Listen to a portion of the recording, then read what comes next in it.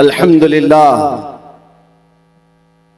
अल्हम्दुलिल्लाहिल हन्नानिल mannan अल्लज़ी खलक़ल इंसान व अल्लमहुल बयान वस्सलातु वस्सलामु अला रसूलिही सय्यिदिल इंसी वल जान व अला आलिही व अस्हाबिही ज़िल खैरि वल इहसान अम्मा बअद फ़अऊज़ु बिल्लाहि मिनश शैतानिर रजीम बिस्मिल्लाहिर रहमानिर रहीम वलो अन्नहुम इज़ ज़लमू अनफुसहुम जाऊक फस्तग़फ़रुल्लाह वस्तग़फ़र लहुमुर रसूल लवजदुल्लाह तव्वाबर रहीमा सदक़ल्लाहु मौलानाल अज़ीम व बल्लगना रसूलुहुन नबियुल अमीनुल मतीनुल मुख्तारुल करीम व नहनु अला ज़ालिका मिनश शाहिदीन वश्शाकिरीन वल्हम्दुलिल्लाहि रब्बिल आलमीन। बारगाह रिसालत मुआब सल्लल्लाहु तआला अलैहि वसल्लम में एक बार दुरूद पाक का हदिया पेश फरमाएं। सय्यिदिना व मौलाना मुहम्मदिन मअदनिल जूदि वल करम व आलिही व अस्हाबिहिल किराम व इब्निहिल करीम व बारिक व सल्लिम सलातन दाइमतन सरमदन अबदा। मुझे उम्मीद है कि आप हजरात बैठ जाएंगे और सुकून और इत्मीनान का माहौल बनाएंगे। वैसे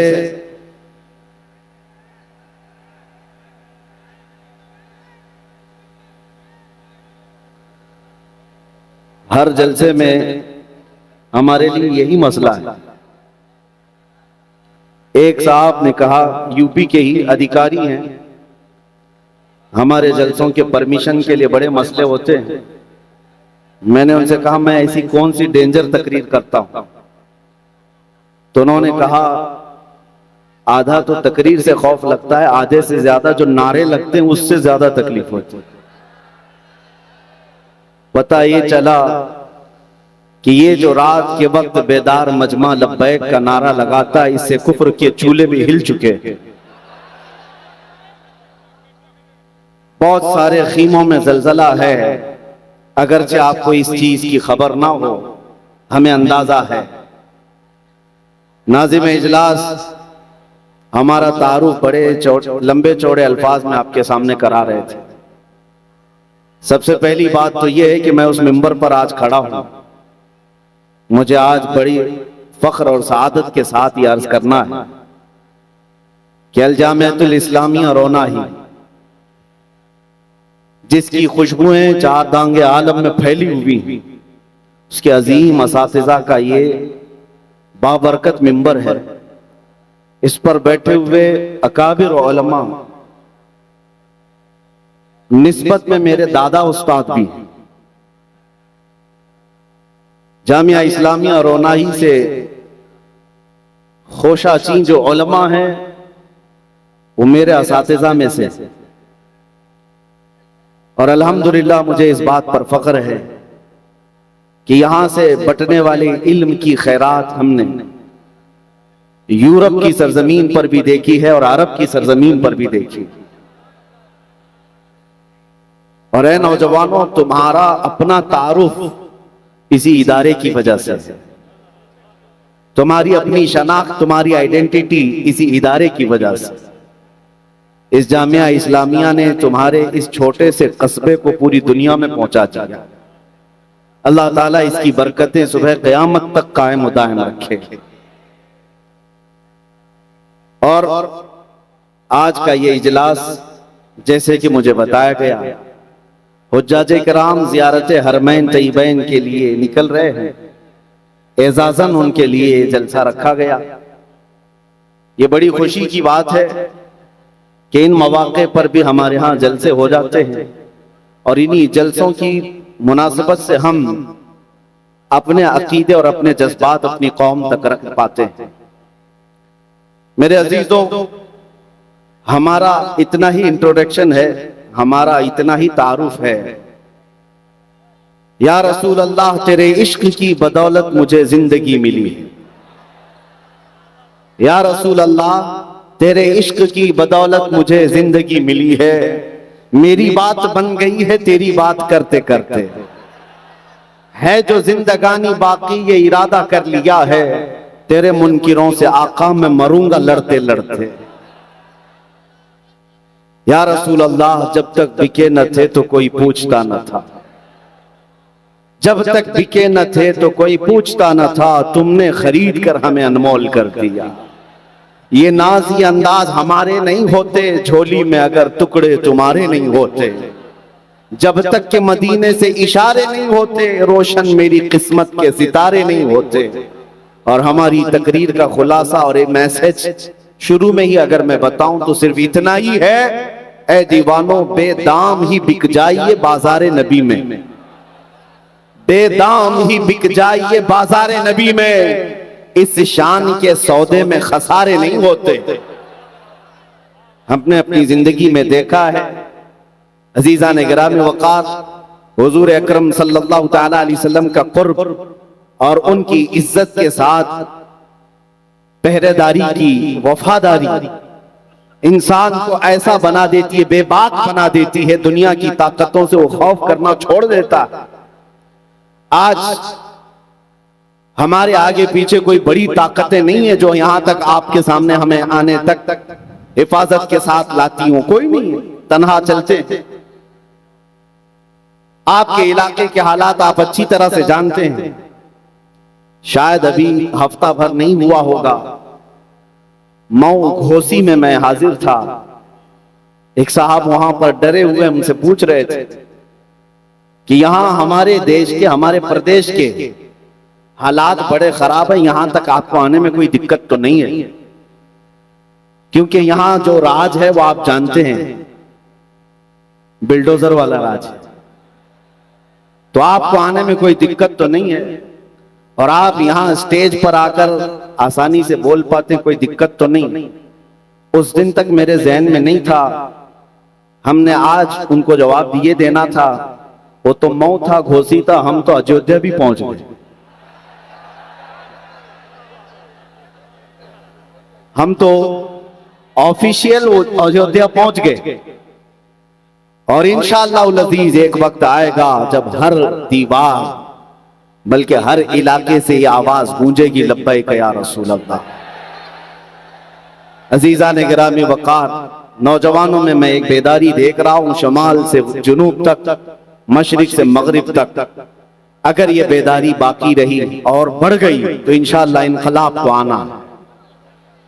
अंधेरे के बाद उजाले को तुलू होना है, और जुल्म की चादर ज्यादा देर तक नहीं तनी रह सकती। कुफ्र की हुकूमत तो रह सकती है, जुल्म की हुकूमत ज्यादा देर तक नहीं। अगर आज हालात खराब होने के हम बार बार गीत गा रहे हैं, तो मैं कहता हूं नौजवानों, नाउमीदी और मायूसी की तरफ मत जाना। इस्लाम और मुसलमानों के लिए पिछले 1400 सालों से हालात कभी साजगार नहीं रहे हैं। सतीजा कार रहा है अजल से ता इमरोज, शरारे बू लहबी से चराग मुस्तफवी। हर जमाने में ये हालात रहे हैं। बाज हजरात को ये अगर महसूस होता हो कि हम माइनॉरिटी में हैं, इस देश में हम अकलियत में हैं और हमें बहुत संभल करके रहना है, तो मेरे अजीजों ये कोई नई बात नहीं। बदर में भी हम माइनॉरिटी में ही थे, बदर के मैदान में भी माइनॉरिटी में, उहद में भी देखें, खंदक में भी देखें, और जंगों के मैदान में सबसे बड़ी माइनॉरिटी अगर देखना हो, अकलियत, वो करबला का मैदान है। तो इस्लाम और मुसलमानों को इन तादाद के मामलात पर कभी शिकवा नहीं रहा। आज भी मुसलमानों को शिकवा ना हो। आज से 100 साल पहले बरेली की एक आवाज आती थी, इमाम अहले सुन्नत फाजिल बरेलवी की आवाज, जो उम्मत मुस्तफा के गयूर जवानों को जगाती हुई ये कहती थी, खौफ ना रख रजा जरा, तू तो है अब्दे मुस्तफा। खौफ ना रख रजा जरा, तू तो है अब्दे मुस्तफा। तेरे लिए अमान है, तेरे लिए अमान है। फख्र करने के लिए हमारे पास कोई सबसे बड़ी दौलत है तो वह इश्क मुस्तफा की दौलत है। ऐ सुन्नियों, अगर तुम्हारे सीनों में आज भी ये निस्बत कायम है तो भूल जाओ कि क्या क्या चीजें कुफ्फार और मुशरिकीन और दुश्मनान इस्लाम ने हमसे लूटा है। भूल जाओ इन्होंने क्या क्या हमसे लूटा है। हमारे पास जो बाकी है वो सबसे बड़ी दौलत बाकी है। बस इस बात का ख्याल रखें, जिंदगी में कभी नामों से रिसालत पर सौदा ना होने पाए। हुजूर पाक सल्लल्लाहु तआला अलैहि वसल्लम की इज्जत के मामले में आपको मैं बताऊं, एक सर्वे के मुताबिक, पूरे वर्ल्ड के सर्वे के मुताबिक, अपने नबी पाक सल्लल्लाहु तआला अलैहि वसल्लम के नाम के लिए सबसे ज्यादा हसास कोई कौम है वो मुसलमान है। और उसके अलावा दूसरा सर्वे ये है, पूरी दुनिया के मुसलमानों में सबसे ज्यादा सेंसिटिव, सबसे ज्यादा हसास अपने नबी के नाम पर कोई कौम है तो बर्रे सगीर हिंद और पाक के मुसलमान। अरबों को भी नहीं शुमार किया गया। अरब बड़ी तादाद में हैं, लेकिन सर्वे में एक आ गया है, सबसे ज्यादा हसास मुसलमान हिंदुस्तान और इसके आसपास रहते हैं। उसकी वजह मेरे अजीजों इन्हीं बुजुर्गाने दीन की सोहबत है, या उलमाए कामिलीन की सोहबत है। आज मुझे इस बात का फख्र है। मैं एक बात आपको बताऊं कि आपको पता है कि जब डॉक्टर किसी को बेहोश करता है, चाहे वो दवा दे करके या इंजेक्शन दे करके, सुन करता है, पहले बेहोश करता है, उसके बाद चीर फाड़ करता है, ऑपरेशन करता है। लेकिन बेहोश करने के बाद कैसे चेक करेगा कि ये बेहोश हुआ है कि नहीं? उसके लिए डॉक्टर लोग कभी चूंटी काट के देखते हैं, कभी कैंची से मार के देखते हैं, या हाथ पैर उसका हिला करके देखते हैं। अगर हरकत नहीं कर रहा है तो समझ लो कि बेहोश हो गया।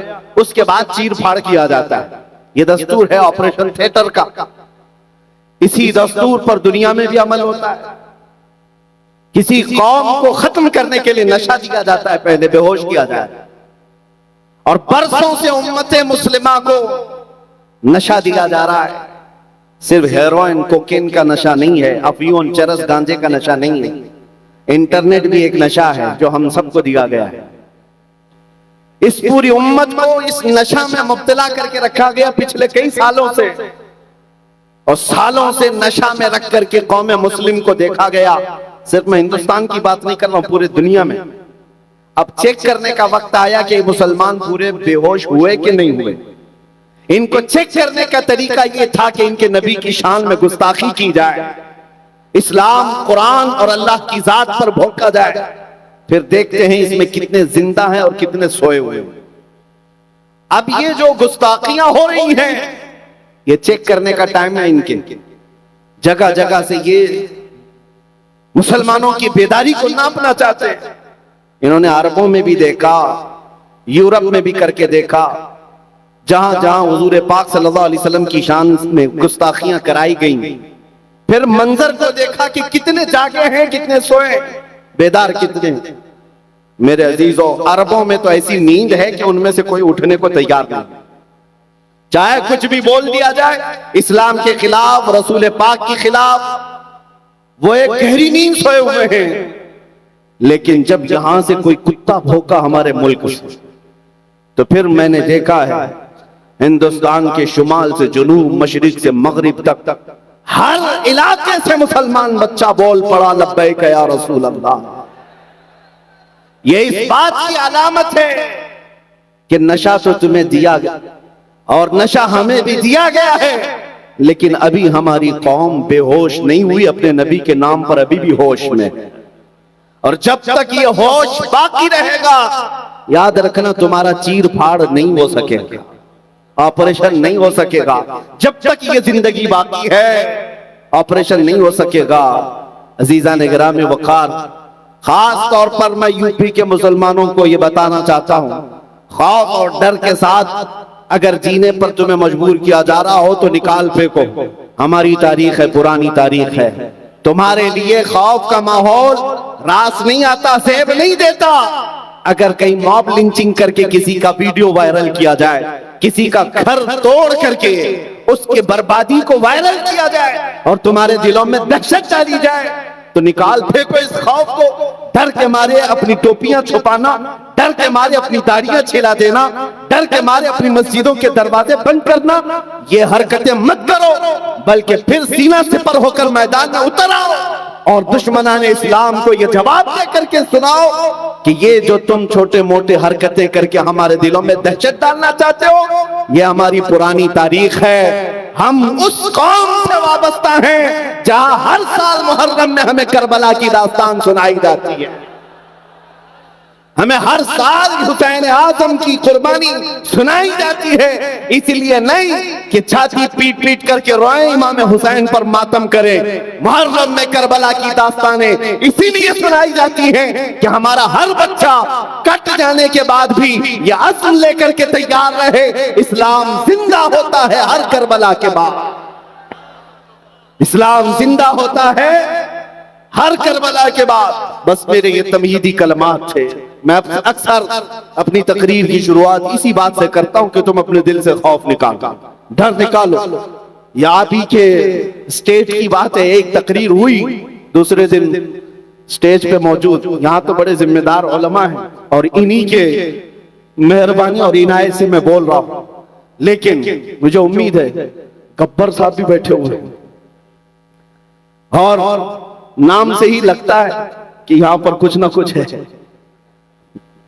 एक मौलाना साहब ने मुझे दूसरे दिन कहा कि आपके साथ बैठा था और लब्बैक लब्बैक ज्यादा नारे लग रहे थे। दूसरे दिन पुलिस वालों ने मुझे उठा लिया, थाने में बुला लिया, कहा केस कर देंगे तुम्हारे ऊपर, ये फलां जगह का तुम नारा लगा रहे थे, हमारे पास वीडियो आई।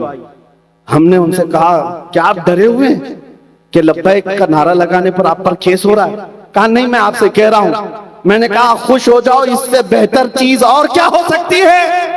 लब्बैक कहने पर अगर तुम्हें हथकड़ियां लगाई जाए, फख्र के साथ जाओ और बारगाह मुस्तफा में यूं अर्ज करना, या रसूल अल्लाह, दुनिया चोरी करके थाने जाती है, मैं आपका नाम लेकर थाने में आया हूं।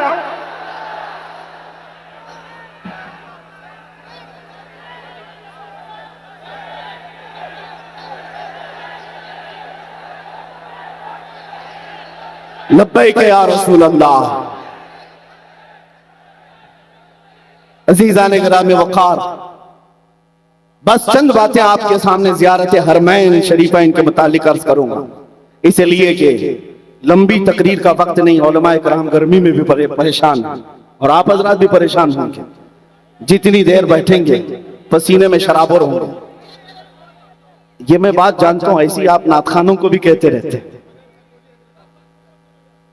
नबी करीम सल्लल्लाहु ताला अलैहि वसल्लम के दरबार में जिसका बुलावा आया है, कितनी बड़ी खुशनसीबी की बात है।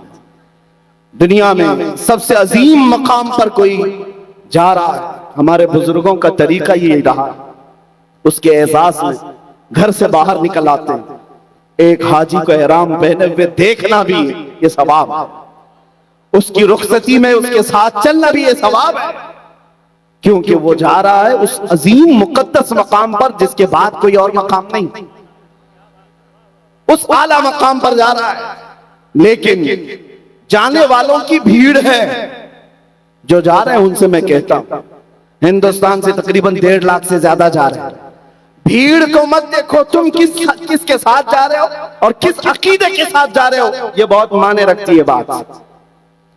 लाखों की भीड़ जा रही होगी, लेकिन आप किस हैसियत से जा रहे हैं? मेरे अजीजों, मैं आज बरमला ये कहना चाहूंगा, एक सुन्नी जाए तो पहले बरेली के इमाम को पढ़ करके जाए, हरमैन का तकद्दुस भी उसके सीने में रहेगा, किस अंदाज से जाना है उसे सब तमीज भी आ जाएगी। आला हज़रत इमाम अहले सुन्नत फाज़िल बरेलवी रज़ी अल्लाह ताला, आपके दूसरे हज का सफर है और हालत ऐसी कि दूसरे हज पर जाने का कस्द नहीं था, इरादा नहीं था। आपकी माँ और आपके भाई हज पर जा रहे थे, रुखसत कर दिया, माँ और भाई मुंबई तक पहुंच गए, जहाज से जाने वाले थे। आला हज़रत लिखते हैं कि बेकरारी इतनी बढ़ गई कि रात को नींद नहीं, चैन नहीं, सुकून नहीं, कि एक काफिला हरमैन की तरफ चला गया है, इधर बिस्तर पर करवटें लेते रहते थे कि काश मैं भी चला जाता। 8 दिन तक बर्दाश्त न हो सका, फिर अपना सामान उठाया और खुद भी मुंबई पहुंच गए। अचानक जाकर जहाज के टिकट भी खरीदा और अपनी वालिदा माजिदा और अपने भाई के साथ हज के सफर पर रवाना हो। ये इश्क का तकाजा है, एक महबूब या एक मुहिब अपने महबूब की तरफ खींचा चला जा रहा है। जिस बात के लिए मैं ये बात छेड़ा हूं, सुनिए, लाखों की भीड़ आज भी हज पर जा रही है। वहां जाने के बाद कुछ लंबी लंबी दाढ़ी रखे हुए लोग, माथे पर शामी कबाब चढ़ाए हुए, ये ऐसे अकीदे बयान कर रहे होते हज फर्ज है अल्लाह की तरफ से, हज हो जाने के बाद अब मदीना जाना जरूरी नहीं है, अब मदीना जाना कोई वाजिब नहीं है। और फिर उस पर लोग ये भी कहते हैं मदीना अगर जाना ही है तो मस्जिद नबवी देखने के लिए जा सकते हो, मस्जिद नबवी में नमाज पढ़ने के लिए जा सकते हो, इसके अलावा शरीयत में कुछ नहीं है। किस दिल के साथ ये कौम कहती है समझ में नहीं आता, किस अंदाज से ये इस तरह की बातें करते हैं आज तक समझ में नहीं आता। आला हज़रत ने सच फरमाया, और तुम पर कोई मेरे आका की इनायत न सही, नजदियों कलमा पढ़ाने का भी एहसान गया। आप सुनिए, जिन लोगों ने कहा आप मदीना जाने की जरूरत नहीं और चले भी गए तो सिर्फ मस्जिद नबवी देखने के लिए, और एक तरफ बरेली के इमाम से पूछो, आला हज़रत से पूछो, आप हज के लिए जा रहे हैं, क्या इरादा है? अल्लाह अकबर। एक आशिक सादिक कहता है उनके तुफैल हज भी खुदा ने करा दिए, उनके तुफैल हज भी खुदा ने करा दिए। असले मुराद हाजिरी उस पाक दर की है, हम तो हज के लिए नहीं निकले थे, अज़्म था बारगाह मुस्तफा की हाजिरी, लेकिन मेरे मुस्तफा की इनायतों ने हमें हज भी करा दी। एक आशिक रसूल ये कहता है हम नबी पाक सल्लल्लाहु तआला अलैहि वसल्लम के दरबार में जा रहे हैं और उनके तुफैल अल्लाह ताला हमें हज भी अता करा दिया। अजीज़ान गिरामी वक़ार, इस इश्क के साथ, इस मोहब्बत के साथ कोई हज पर जाए तो उसकी हज की कबूलियत भी है, उसके हज की कबूलियत है। आज दो बातें मैं अर्ज करूंगा हरमैन तैयबैन जाने वालों के लिए। हजरत सुफियान सौरी रज़ियल्लाहु तआला अन्हु का एक कौल है, आपने फरमाया था कि एक वक्त आएगा जब मक्का में तुम देखोगे काबे से बुलंद बाला इमारतें बन चुकी होंगी। उस वक्त तक नहीं थे घर, अब तो काबे से बुलंद, इतनी बुलंद कि आसमान को छूने वाली इमारतें बन गई। आपने फरमाया वो जमाना ऐसा होगा कि यहाँ आने वालों की तीन किस्में होंगी। एक जमात ऐसी होगी जो खालिस तिजारत के लिए आएगी, दूसरी जमात ऐसी होगी जो सिर्फ सियाहत के लिए आएगी, पिकनिक के लिए, टूर के लिए आएगी, और तीसरी एक जमात जो आटे में नमक के बराबर होगी जो खालिस अल्लाह के लिए आएगी। हजरत सुफियान सौरी रहमतुल्लाह अलैह ने फरमाया जब वो ऐसा दौर आ जाए, ऐ मेरे अजीज तू आना तो इमारतों को मत देखना, खालिक असबाब की तरफ तवज्जो रखना। आज हुज्जाज इकराम के लिए बात बहुत जरूरी है। हजरत अला बिन मुबारक रहमतुल्लाह तआला अलैह फरमाते हैं मैं हज के लिए निकला था, सफर में मैंने देखा एक नौजवान को, वो बगैर किसी तोशे के निकला हुआ है। उस वक्त ऊंटों पर सफर किया जाता था, घोड़ों पर सफर किया जाता था।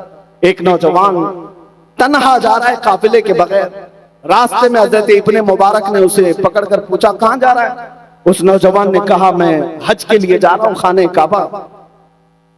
तो आपने पूछा कि इस रास्ते में सफर के लिए कोई चीज नहीं ले जा रहा है? उसने पलट करके हजरत इब्ने मुबारक से कहा अगर कोई तुम्हें अपने घर में दावत के लिए बुलाए तो क्या घर से अपने खाना लेकर के जाते हो? मैं खुद से नहीं जा रहा हूं, मैं रब्बुल आलमीन की दावत पर जा रहा हूं, वही मेरे खाने का इंतजाम फरमाएगा। हालांकि ये तवक्कुल का आला दर्जा है, हर हाजी को चाहिए कि वो अपना ज़्यादा सफर ले जाए। तवक्कुल का दर्जा ये था। हजरत इब्ने मुबारक फरमाते जब मैं हज के लिए वहां पहुंचा तो खाने काबा के तवाफ के बाद उस नौजवान को एक जगह खड़े देखा। वो पुकार रहा था कि ये कैसा दस्तूर है कि जब जभी कोई घर में दावत करके बुलाता है, मेजबान घर में होता है, मेहमान के आने के वक्त मेजबान होता है, और मैं यहां आ गया हूं मेहमान बनकर, मेजबान किधर है? वो चीख रहा था। हजरत इब्ने मुबारक फरमाते हैं मैं उसके करीब खड़ा रहा। अचानक खाने काबा के पास एक बिजली चमकी और उसे देख करके वो नौजवान खश खाकर गिर गया और पुकारने लगा फुस्तु बिरब्बिल काबा, रब्बे काबा की कसम मैं मुराद को पहुंच गया। और उसी के बाद उस शख्स का इंतकाल हो गया। इब्ने मुबारक फरमाते हैं वो नौजवान काबा देखने नहीं, रब्बुल आलमीन के दीदार के लिए आया था।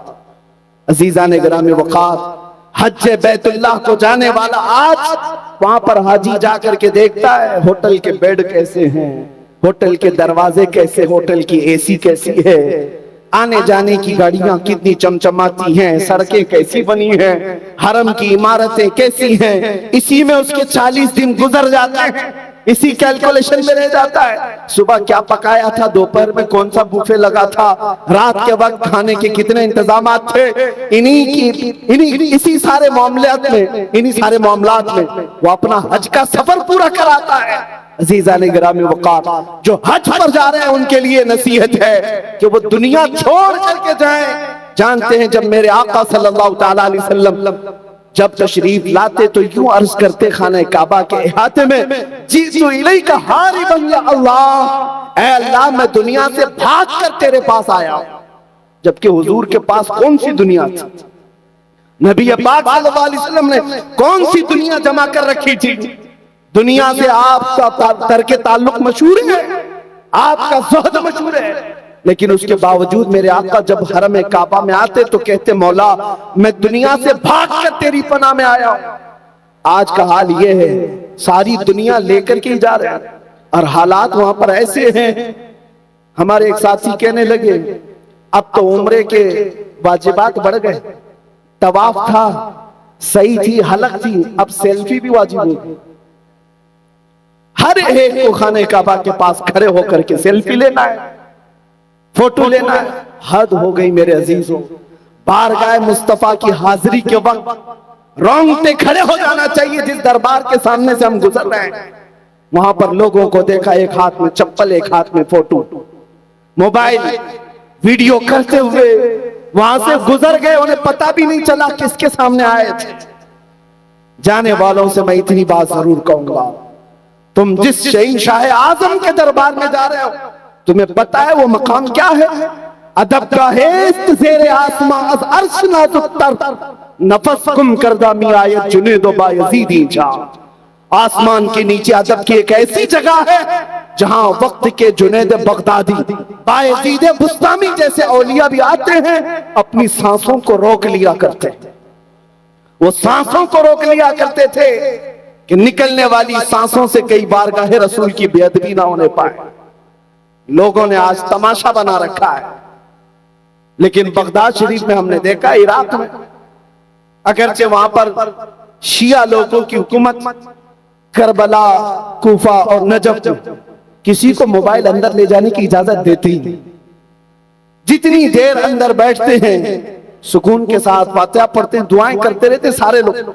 लेकिन यहाँ हालात ऐसे बन गए कि हर एक शख्स को देखे, मस्जिद नबवी हो, हरम काबा हो, हर एक अपने मोबाइल में मसरूफ है।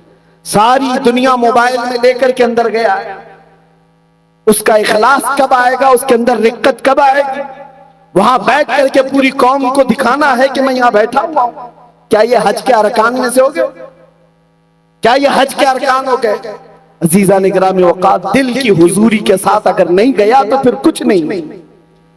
वहां जाने के बाद वो इस तरह से जैसे मुजद्दिद दीन व मिल्लत ने फरमाया है, ऐसा घुमा दे उनकी विला में खुदा हमें, ढूंढा करें पर अपनी खबर को खबर ना हो। ये कैफियत होनी चाहिए, ढूंढा करें पर अपनी खबर को खबर ना हो। और फिर आला हजरत का मामला ये था, यादे वतन सितम की यादश्ते हरम से लाई क्यों। वहां बैठ करके अपने घर को याद करना भी आला हजरत ने फरमाया सितम है, जुल्म है। मदीना तैयबा में बैठ करके अपने वतन की याद क्यों आ गई। और फिर उसी पर आला हजरत ने फरमाया था, फिर के गली गली तबाह ठोकरें सबकी खाई क्यों, दिल को जो अक्ल दे खुदा तेरी गली से जाए। अजीज़ान गिरामी वक़ार, हुज्जाज किराम जो मौजूद होंगे या जो मजमे में बैठे हुए हैं, ये ज़ियारत हरमैन शरीफैन की अज़मत में मुनाकिद जलसा। मैं दुआ करता हूँ हर हाजिर को मौला हज मकबूल अता करे, ज़ियारत हरमैन मौला हर एक को नसीब फरमाए, लेकिन उसी अदब के साथ जैसे हमारे मशाइख ने हमें सिखाया है। आपको पता है पीर जमाअत अली शाह रहमतुल्लाह तआला अलैह पाकिस्तान के एक बड़े बुजुर्ग हैं, गैर मुनक़सिम हिंदुस्तान में थे। मदीना तैयबा में उनके शागिर्द उलमा आज भी मौजूद हैं। फरमाते हैं कि जब जब भी उनके पास कोई मुलाकात के लिए जाता, एक बड़े मुफ्ती साहब है, उन्होंने कहा हजरत जमात अली शाह साहब रहमतुल्लाह अलैह के पास गया तो उन्होंने कहा कब आए? कहा कल आया। मदीने तैयबा में हाजिरी हो गई? कहा हाँ। कहा क्या मदीने के दुर्वेशों को खिला पिला दिया? कहा कि हुजूर नहीं खिला। कौन है दुर्वेश? अंदर गए, एक कटोरी में कुछ गोश्त के टुकड़े थे और एक ब्रेड था, दूध था, ला करके दिया और कहा जाओ मदीने के दुर्वेशों को खिलाओ। ये मुफ्ती साहब कहते हैं मैं कटोरी हाथ में लिया और वो खाने की चीजें। पूछने लगा हुजूर ये दुर्वेश मिलेंगे कहां? तवज्जो, बुजुर्गान दीन का मामूल देखें। महफिल में बैठे हुए एक बुजुर्ग थे, उन्होंने हाथ पकड़ लिया मुफ्ती साहब। कहा आपको पता नहीं ये इस्तिलाह अहले मोहब्बत की है। जो हजरत फरमा रहे हैं मदीने के दुर्वेश दाढ़ी टोपी वाले नहीं, मदीने की गलियों में घूमने फिरने वाले कुत्ते बिल्लियों को खिलाओ। पीर जमात अली शाह रहमतुल्लाह अलैह फरमाते हैं कि कुत्ते और बिल्लियों को मदीने के दुर्वेश कहा करते थे और ये कहते जाओ खिलाओ, तुम्हारे हाथों से अगर इन्होंने खा लिया है तुम्हारी हाजिरी कबूल हो जाएगी। ये हमारे बुजुर्गों का अदब था मदीना तैयबा की गलियों का, वहां से निस्बत रखने वाले हर जानवर का। अजीजान गिराम वक़ार, इमाम आजम अबू हनीफा रहमतुल्लाह तआला अलैह वो आशिक रसूल हैं। क्या आपका इश्क भी मशहूर था, लेकिन मदीना तैयबा हाजिर होते तो 3 दिन से ज्यादा रुकते नहीं थे। किसी ने पूछा आपसे आपको इतना इश्क है बारगाह मुस्तफा से, आप 3 दिन से ज्यादा रुकते क्यों नहीं है? इमाम आजम अबू हनीफा फरमाते हैं तकाज़े बशरियत का ये है कि मैं 3 दिन से ज्यादा अपना वजू रोक नहीं पाता, इसलिए मदीने से बाहर निकल जाता। 3 दिन तक मैं अपना वजू रोक लेता हूं। अजीजा ने गिरामी वक़ार, नफस गुम करदा मी आयत जुनेदो बायज़ीदी जा। जिस दरबार में जा रहा है आदमी, अच्छे अच्छों के ताज गिर गए वहां पर। उस गली का गधा हूं मैं जिसमें मांगते ताजदार फिरते हैं। आला हजरत जैसा अजीम अबकरी आलिम ये कहता हो कोई क्यों पूछे तेरी बात रजा, तुझसे कुत्ते हजार फिरते हैं। उस गली के मुतालिक वक्त का मुजद्दिद ये कहता हो तो हमारी हैसियत क्या है मियां? जाने वालों की औकात क्या है आज? लेकिन वहां जाने के बाद एक वाकया और भी मैंने पढ़ा था। एक बुजुर्ग गए मदीने तैयबा, दोपहर का वक्त था, खाना खाए, दही उनके अंदर खाने में लाया गया। उन्होंने कहा कि दही बड़ा खट्टा है। सो गए। शाम के वक्त ख्वाब में रसूल पाक सल्लल्लाहु अलैहि वसल्लम का दीदार किया, लेकिन हुजूर पाक सुर्ख चेहरे के साथ गजबनाक अंदाज में तशरीफ लाए और उस बुजुर्ग से फरमाया तू जल्द से जल्द मेरे मदीने से निकल जा, जहां तुझे मीठा दही मिलता है वहां चला जा। मदीने के दही को खट्टा कहना भी मेरे आका को ये पसंद नहीं। अजीजा ने गिरामी वक़ार, माँ आयशा सिद्दीका रज़ियल्लाहु ताला अन्हा जब तक हयात थी, हुजूर के रोजे के आसपास बाजार में कोई दुकान भी क्यों ना हो, किसी को दीवार में मेघ ठोकने भी नहीं देती, कील ठोकने भी नहीं देती कि कहा इसकी ठोक की आवाज से मेरे मुस्तफा की बेअदबी ना होने पाए। क्योंकि कुरान ने फरमाया है ला तरफउ अस्वातकुम फौका सौतिन नबी, अपनी आवाजों को बुलंद मत करो नबी की आवाज। वहां सिर्फ और सिर्फ तुम्हारा अदब देखा जाएगा। मदीना तैयबा जाना मेरे अजीजों यकीनन सआदत की बात है, लेकिन ईमान बचा करके वहां से आ जाना यह और बड़े कमाल की बात, बड़े कमाल की बात है। अपने अमाल और अपने अकीदे को बचा कर वहां से चला। अल्लाह अगर तौफीक दे तो मदीना तैयबा का इतना अदब करो, इतना अदब करो मेरे अजीजों कि आपका ईमान बुलंद हो जाए और बशाशत आपको महसूस होने लग जाए। एक और बात, बारगाह मुस्तफा सल्लल्लाहु ताला अलैहि वसल्लम में अल्लाह करे हम सब की हाजिरी बार बार नसीब। वहां के हालात ऐसे हैं, हाजी जाते हैं, हम नसीहत करते हैं तो कहते हैं दिल की हुजूरी कैसे हो, हम क्या पढ़े, हम तो पढ़े लिखे हुए नहीं हैं। लोग अलग अलग अंदाज में सलाम पेश करते हैं, हम क्या करें। एक बात सुनिए, उस दरबार में आप जा रहे हैं जहां लकड़ी का रोना भी सुना जाता है, जहां हिरन का रोना भी सुना जाता है, जहां जानवरों की बोलियां भी सुनी जाती हैं, तो तुम तो उम्मत में हो क्या आका अपनी उम्मत की नहीं सुनेंगे? तुम्हारी जुबान और तुम्हारे लहजे नहीं देखे जाते, तुम्हारे दिल की हुजूरी देखी जाती। खवातीन में हमने सुना था जब हाजिरी का वक्त होता है, बहुत सारी खवातीन आई, सलाम पेश कर रही थी बारगाह मुस्तफा। उसमें कुछ आलिमाएं थी, अच्छे अच्छे अंदाज में सलाम पेश कर रही थी। अस्सलातु वस्सलाम अलैका या शफीअल मुज़निबीन या रहमतल लिल आलमीन या अनीसल गरीबीन। हुजूर के जितने अलकाब थे वो सलाम पेश कर रही थी। एक गांव की रहने वाली देहाती बुढ़िया खड़ी थी करीब। उसने जब ये बड़ी बड़ी पढ़ी लिखी आलिमा औरतों से सलाम सुना, उसको दुख हुआ कि मैं तो पढ़ी लिखी नहीं हूं, जाहिल हूं। काश मैं भी पढ़ी लिखी होती तो हुजूर को एक अच्छा सलाम करता। और उसको दुख भरा रोना आ गया, काश मैं पढ़ी लिखी होती तो आज हुजूर को अच्छा सलाम कर सकती। और इस दुख की वजह से, इस गम की वजह से वो ज्यादा देर तक हुजूर के दरबार में खड़ी ना हो सकी। रोते रोते अपने आंचल से आंसू पोंछते हुए सिर्फ यूं कहा, अस्सलामु अलैकुम या रसूल अल्लाह। ऐ अल्लाह के रसूल, आप पर सलामती हो, बस मुझे इतना ही आता है, इसके अलावा कुछ नहीं आता। वो भागकर अपने घर आई, अपनी क़यामगाह में आकर सो गई। फरमाया रात के वक्त ख्वाब में मेरे आका सल्लल्लाहु अलैहि वसल्लम तशरीफ लाते, किस्मत बेदार हुई। उस खातून से मेरे आका ने फरमाया, आज लाखों लोगों ने मुझे सलाम किया, लेकिन उनमें से सबसे अच्छा मुझे तेरा सलाम लगा।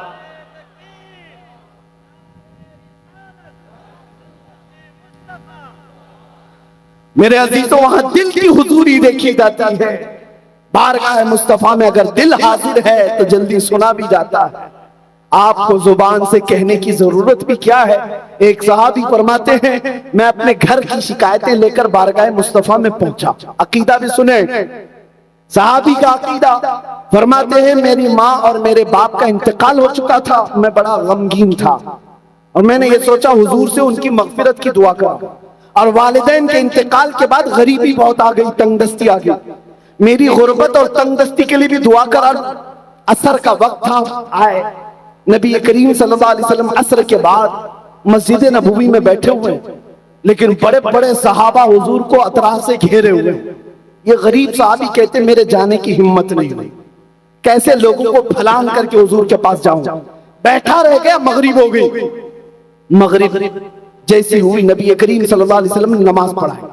सोचा मगरिब के बाद फौरन अर्ज करूंगा। नमाज के बाद नबी करीम सल्लल्लाहु अलैहि वसल्लम फिर जलवा फरमा हुए, लेकिन फिर बड़े बड़े सहाबा करीब आकर बैठ गए। ये गरीब सहाबी कहते हैं मुझे फिर जाने का मौका ही नहीं मिला। इशा तक बैठा रहा, इशा हो गई। नमाज के बाद अब नबी करीम सल्लल्लाहु अलैहि वसल्लम अपने जलवत कदे की तरफ रवा हो गए, अपने हुजरे की तरफ रवाना हो गए। ये सहाबी कहते मुझे बोलने का मौका तक नहीं मिला, हुजूर के पीछे पीछे चलते रहे।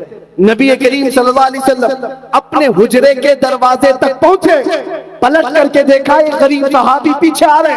नबी करीम सल्लल्लाहु अलैहि वसल्लम ने अपना चेहरा फेर करके कहा, जा अल्लाह तेरे माँ बाप की मग़फ़िरत करे और तेरी गरीबी को दूर कर। वो सहाबी कहते हैं जो तमन्ना मैं अपने दिल से लेकर अपने घर से निकला था, मेरे कहने की भी नौबत न आई। मेरे आका सल्लल्लाहु अलैहि वसल्लम ने मेरे दिल की सुनी और वही दुआ मेरे लिए फरमाई। आज जो हुज्जाज किराम जा रहे हैं वो दिल की हुजूरी के साथ जाएं। बयान करने के लिए अगर अल्फाज ना भी हो, हमारा अकीदा यही है, हम यहां से पुकारे वो वहां से सुने। मुस्तफा की समाअत पे दूर और नजदीक के सुनने वाले वो कान लाले करामत पे लाखों सलाम। उस दरबार में जा रहे, अल्लाह हर एक को हज मकबूल नसीब फरमाए और बारगाह मुस्तफा की हाजिरी नसीब फरमाए। मेरे अजीजों, उस दरबार में मिलता क्या नहीं है। उन जालिमों को आज मैं जवाब देता हूं जो ये कहते हैं किस लिए आप जाते हो। अब मदीने तैयबा जाना वाजिब नहीं है। हजरत अब्दुल्ला बिन मुबारक फरमाते हैं, मैं मदीने की हाजिरी के लिए गया था। ये 150 साल बाद, हुजूर की वफात के 150 साल बाद का वाकया है। हुजूर अकरम सल्लल्लाहु ताला अलैहि वसल्लम के कब्र अनवर में जाने के 150 साल बाद अब्दुल्ला बिन मुबारक फरमाते, मैं मदीने में हाजिर हुआ और फिर ऐसी कैफियत में हाजिर हुआ कि मेरा ज़ादे सफर खत्म हो चुका था, माल सब कुछ खत्म हो चुका था। मुझे एक वक्त की रोटी खाने के भी पैसे नहीं थे। मदीने में आया, लेकिन शर्म की वजह से किसी से मांग नहीं सकता था। सीधे मस्जिद नबवी में आया, दोपहर का वक्त था, जोहर पड़ा और मिंबर रसूल के करीब लेट गया। नींद लग गई, ये सोच करके सोया जिसके दरबार में आया हूं वो कहीं ना कहीं इंतजाम जरूर करेंगे। फरमाते अब्दुल्ला बिन मुबारक, भूख की वजह से, शिद्दत की भूख की वजह से नींद तो लग गई। जैसे ही आंख लगी मेरे आका को मैंने देखा, ख्वाब में रसूल पाक सल्लल्लाहु अलैहि वसल्लम एक हाथ में गरम रोटी और एक हाथ में शहद लेकर के तशरीफ ला रहे हैं और फरमा रहे हैं, अब्दुल्ला बिन मुबारक उठ, तुम मदीने का मेहमान है, जितनी भूख लगी है मेरे हाथ से खा ले। अब्दुल्ला बिन मुबारक कहते हैं, मैं रोटी को शहद में डुबो डुबो कर खाता रहा। आधी रोटी हो चुकी थी, असर का वक्त हुआ, मुअज्जिन अजान देने के लिए जा रहा था, किसी ने मेरा पैर पकड़कर खींच करके उठाया, असर का वक्त हो गया, अभी मस्जिद में सोया पड़ा है। अब्दुल्ला बिन मुबारक कहते हैं, बड़ा अच्छा ख्वाब देख रहा था, मेरे आका के हाथ से रोटी और शहद खा रहा था, लेकिन आंख खुल गई, नींद खत्म हो गई, ख्वाब से बाहर आया। ख्वाब का मामला ख्वाब में होता है। अब्दुल्ला बिन मुबारक कहते हैं, लेकिन जब मस्जिद नबवी में मेरी आंख खुली तो मैं देखता हूं आधी रोटी और शहद मेरे हाथ में अभी भी बाकी। मुस्तफा करीम अगर किसी को ख्वाब में दे तो हकीकत की तरह है। इसी को मेरे इमाम ने कहा था, कौन देता है देने को मुंह चाहिए, देने वाला है सच्चा, मांगेंगे मांगे जाएंगे, मुंह मांगी पाएंगे। सरकार ने न ला है न हाजत अगर की है, मेरे करीम से कर कतरा किसी ने मांगा, दरिया बहा दिए हैं, दुर्बे बहा दिए। आज उसी अजमत को अपने दिलों में बसा कर जाने की जरूरत है। मैं एक बात कहकर अपनी गुफ्तगू को समेट लेता हूं।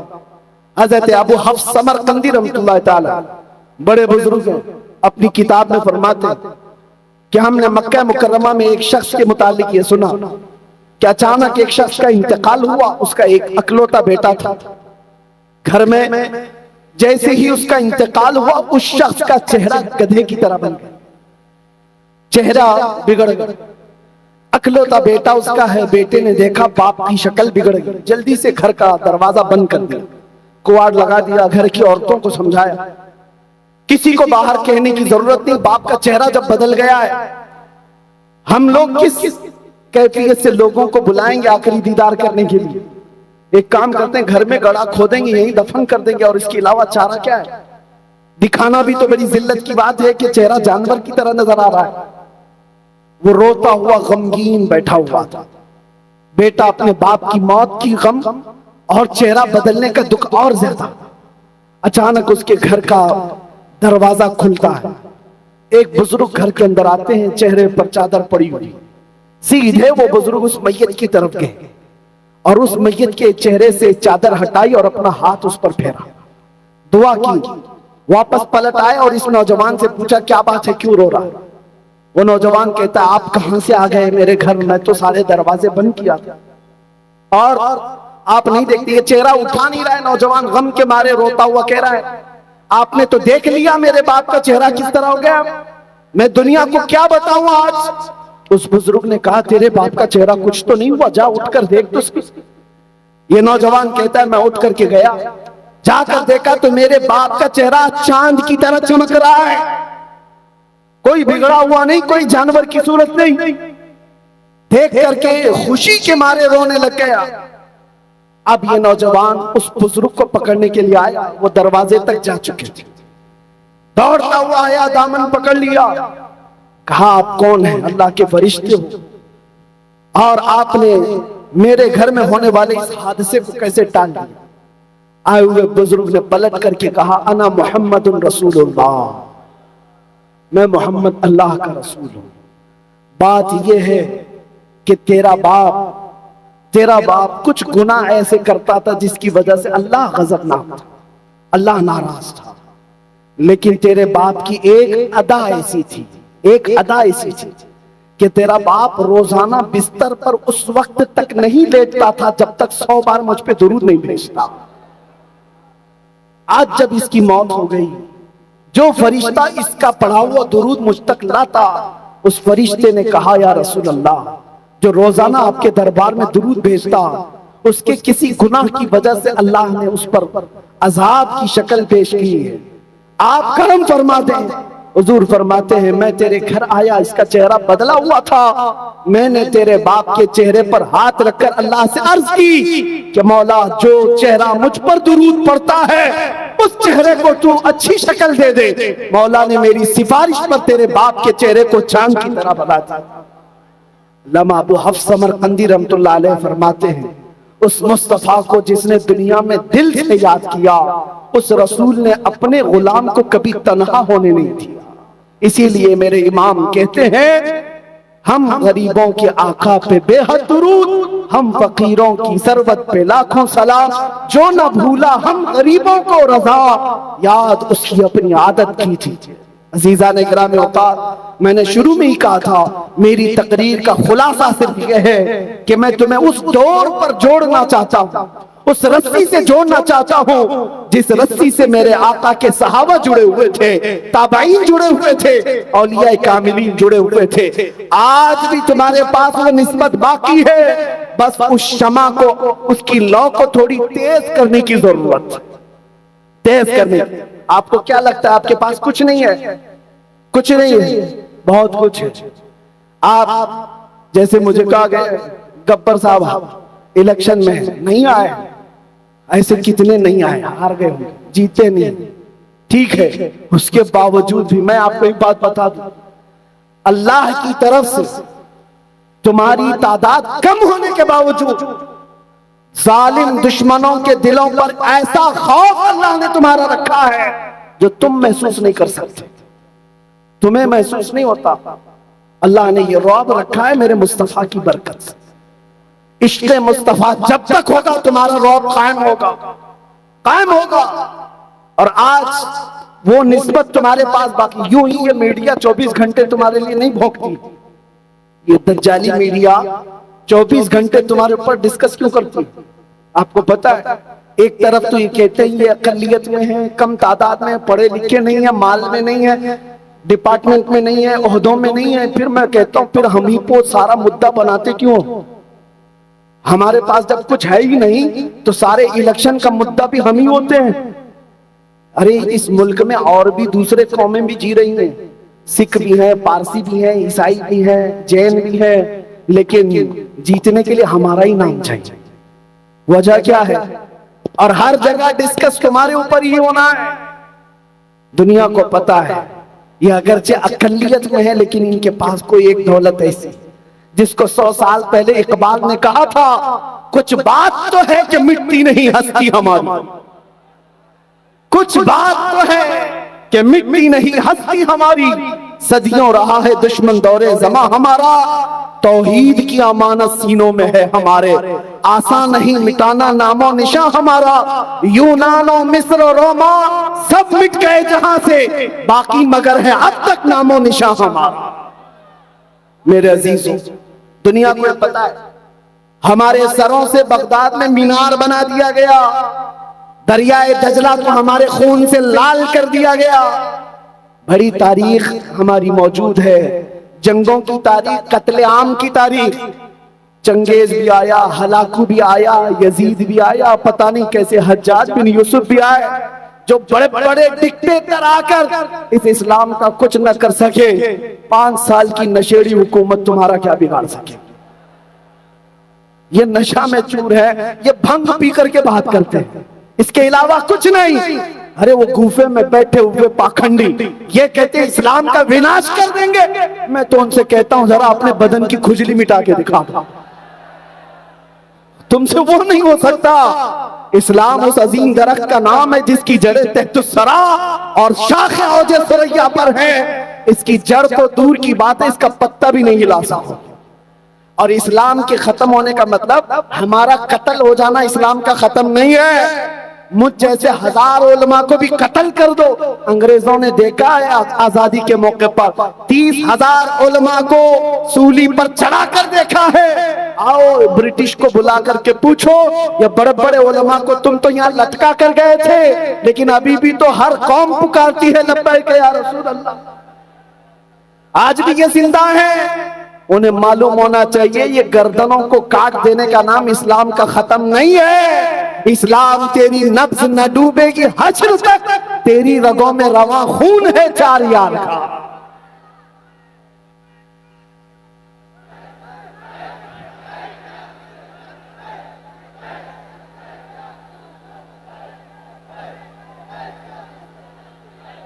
तवज्जो, आपको पता है ये हालात हो सकते हैं, उलमाए ज़बील एहतराम में बैठे हुए, धीरे धीरे शिकंजा कसा जा रहा है, सबको पता होगा। उंगली पकड़ी थी, फिर हाथ पकड़ लिया, फिर कमर, अब गर्दन तक आ गया। तुम्हें ये भी करना, वो भी करना है, सब ठीक है, वक्त जहां तक भी आने दो। मैं एक छोटा सा तालिब इल्म होने की हैसियत से बड़ा इंस्पायर हूं मौलाना किफायत अली काफी को पढ़कर। अल्लामा किफायत अली काफी उस बुजुर्ग का नाम है जिसकी तारीफ वक्त का मुजद्दिद भी करता है। आला हज़रत फरमाते हैं, अगर मैं किसी की नातें पसंद करता हूं, सुनता हूं, तो एक मौलाना हसन रजा बरेलवी के और दूसरे मौलाना किफायत अली काफी। उस किफायत अली काफी को जानते हो, 3000 अंग्रेजों ने मिलकर गिरफ्तार किया था, और गिरफ्तार करके 8 दिन तक बदन पर स्त्री चलाते थे, गर्म स्त्री, और जब चमड़ा जल जाता था तो रात को नमक छिड़कते थे।